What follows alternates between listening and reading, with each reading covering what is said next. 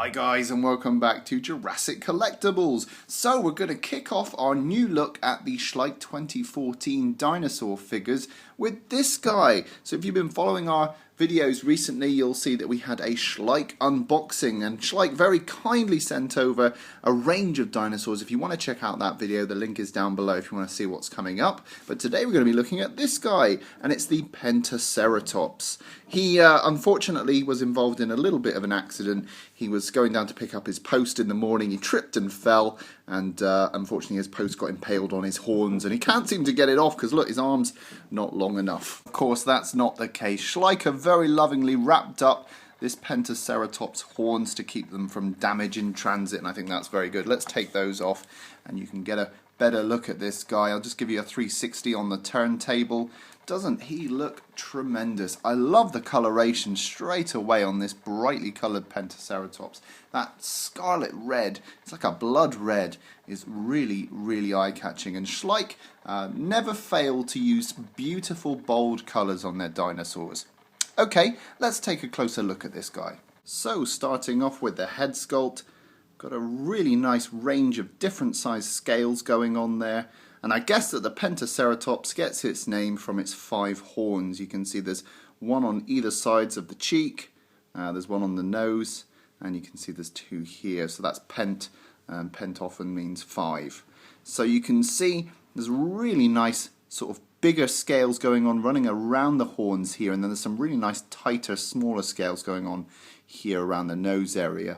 A really nicely sculpted nostril, some lovely stress lines and striations coming down below the jaw, and it's a nice open mouth pose. You really get the feeling this Pentaceratops is roaring. Lovely transition from a dark brown to a lighter brown on the horns. We do like that sort of weathered look. And again, on all of these horns, they have nice striations running along them.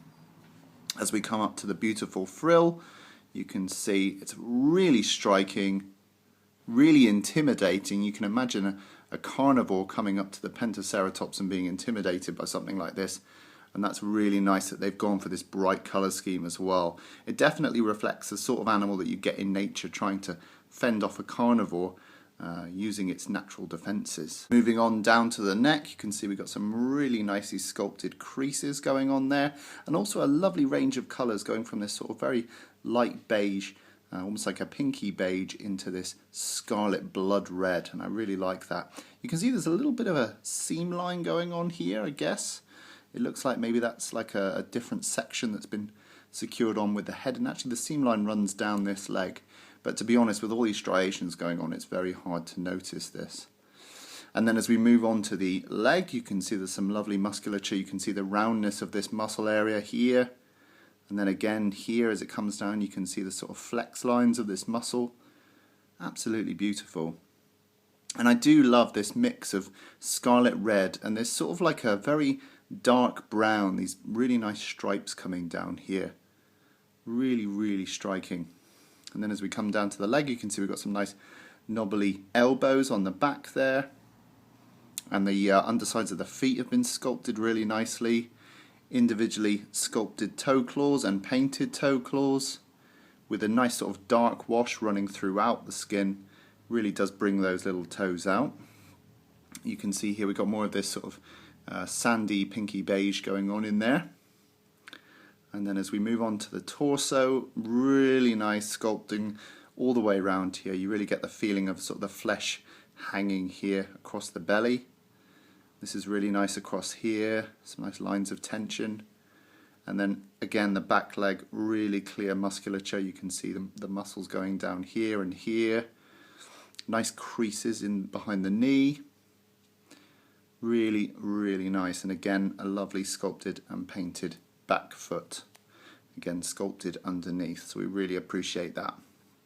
As we go on to the back tail, you can see here you've got a lovely little splash of beige on the tip, very nice, just gives it a little bit of contrast on the end, and also makes it feel a little bit more like a rattlesnake's tail, I think. So it's a nice little reference to something in the natural world today.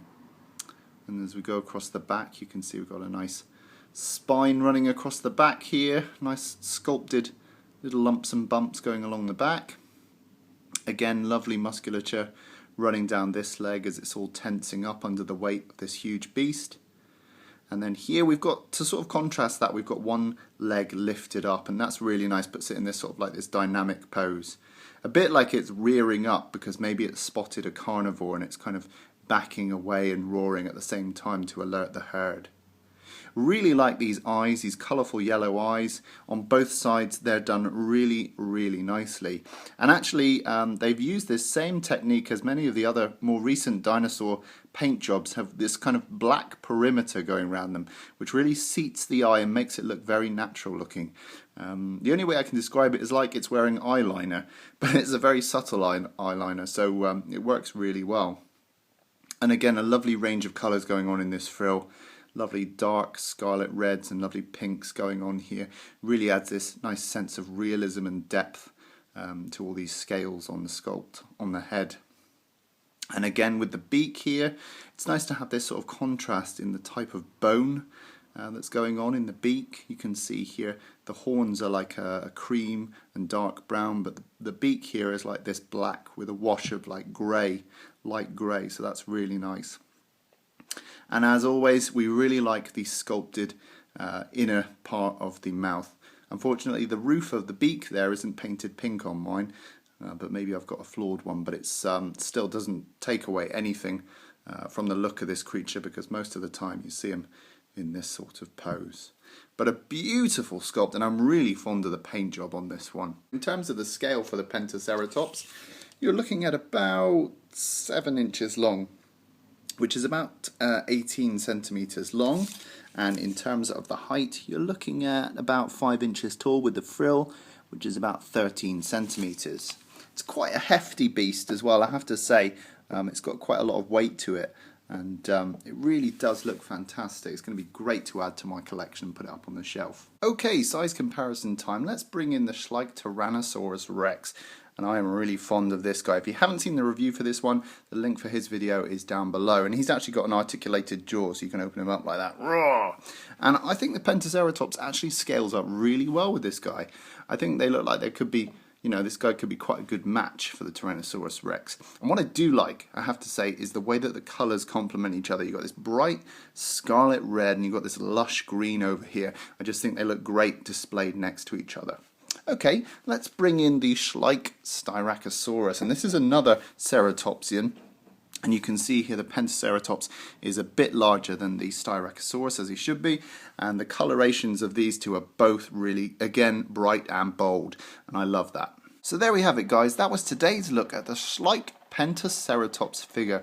I think this is a fantastic sculpt, an absolutely brilliant, detailed and colourful paint job. It's just a brilliant all-rounder dinosaur figure. So if you're going to start your Schleich collection anywhere, make sure you start with this guy or even the T-Rex that we had in scale comparison earlier. These two are my new favourites for Schleich.